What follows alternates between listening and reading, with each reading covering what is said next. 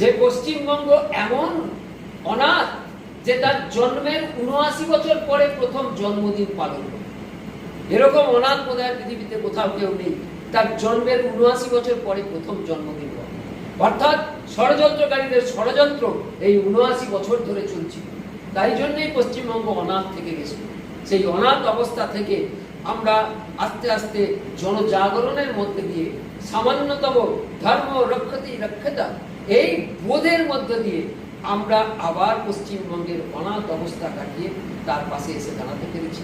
তাই এই বছর পশ্চিমবঙ্গের জন্মদিন পালন হয়েছে। এই বছর শ্যামাপ্রসাদের জন্মদিন সঠিক অর্থে পালন হতে পারছে। আমরা আনন্দিত, আমরা গর্বিত যে পশ্চিমবঙ্গের মানুষ ৭৯ বছর পরে হলেও একটু হলেও জাগরিত হয়েছে এবং আমরা আশাবাদী যে এই জাগরণ তারা ধরে থাকবে এবং দীর্ঘকাল আমরা এই সৌভাগ্য পাবো।